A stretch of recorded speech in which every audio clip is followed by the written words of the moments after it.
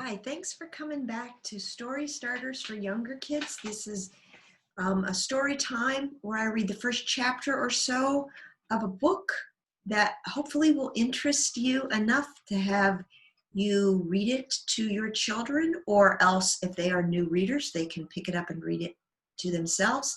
Some of the books I present are easier, such as this one today, Mr. Putter and Tabby, Catch the Cold. Some books are harder, that they are appropriate for that age group, but they're harder language, and so they would be meant to be read aloud. But they're still delightful for younger children. But as I said, this one, Mr. Putter and Tabby Catch the Cold, is not easy, but it's short, and it has short chapters. So for a young reader who is not a brand new reader, but is still young, these chapters are short, and as you can see, there's just 4 chapters in the book, but it's the sort of thing where they can read a chapter and it doesn't take them, it might take a while as a young reader, and we don't want to tire them out, but it's still an interesting story. So I will be reading the first chapter today of Mr. Putter and Tabby Catch the Cold by Cynthia Rylant. This book has many pictures, so you may want to watch, just like it's story time. Chapter 1, Blowing and Hacking. Mr. Putter and his fine cat, Tabby, loved the snow. It made them feel so cozy.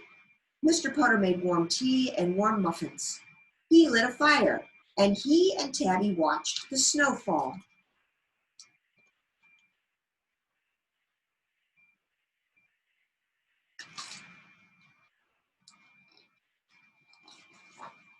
One day, Mr. Putter went out in the snow without his hat. He wanted to read the funnies in the newspaper, and he forgot to get put on his hat. When he came back in, he said to Tabby, "Tabby, I forgot my hat. I hope I don't catch a cold."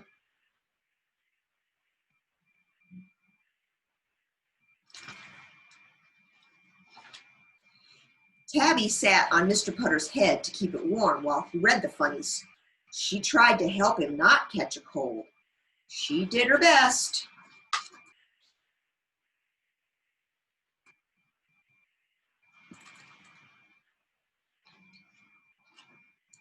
But Mr. Putter caught one anyway. The next day he was sneezing and coughing and blowing and hacking.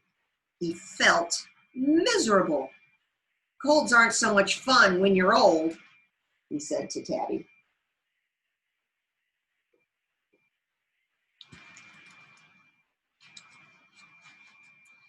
When Mr. Putter was a boy, he had almost liked colds.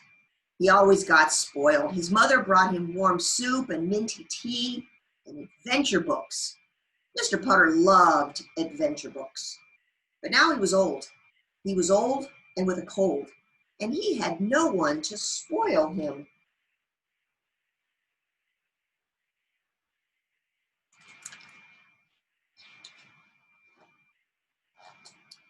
Chapter 2.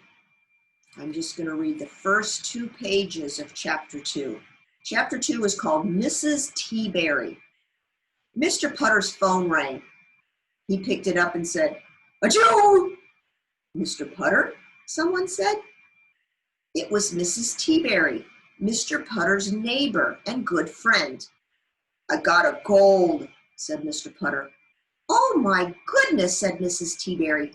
"I'll be right over." And there is the picture. That is all I can read of this book. I can only read just a little bit. So I hope, though, that was interesting enough that you would want to go to the library and check out Mr. Putter and Tabby Catch the Cold.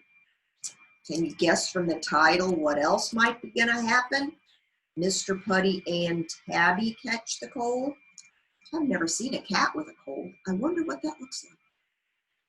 I hope you enjoyed this little bit, and I will see you next time.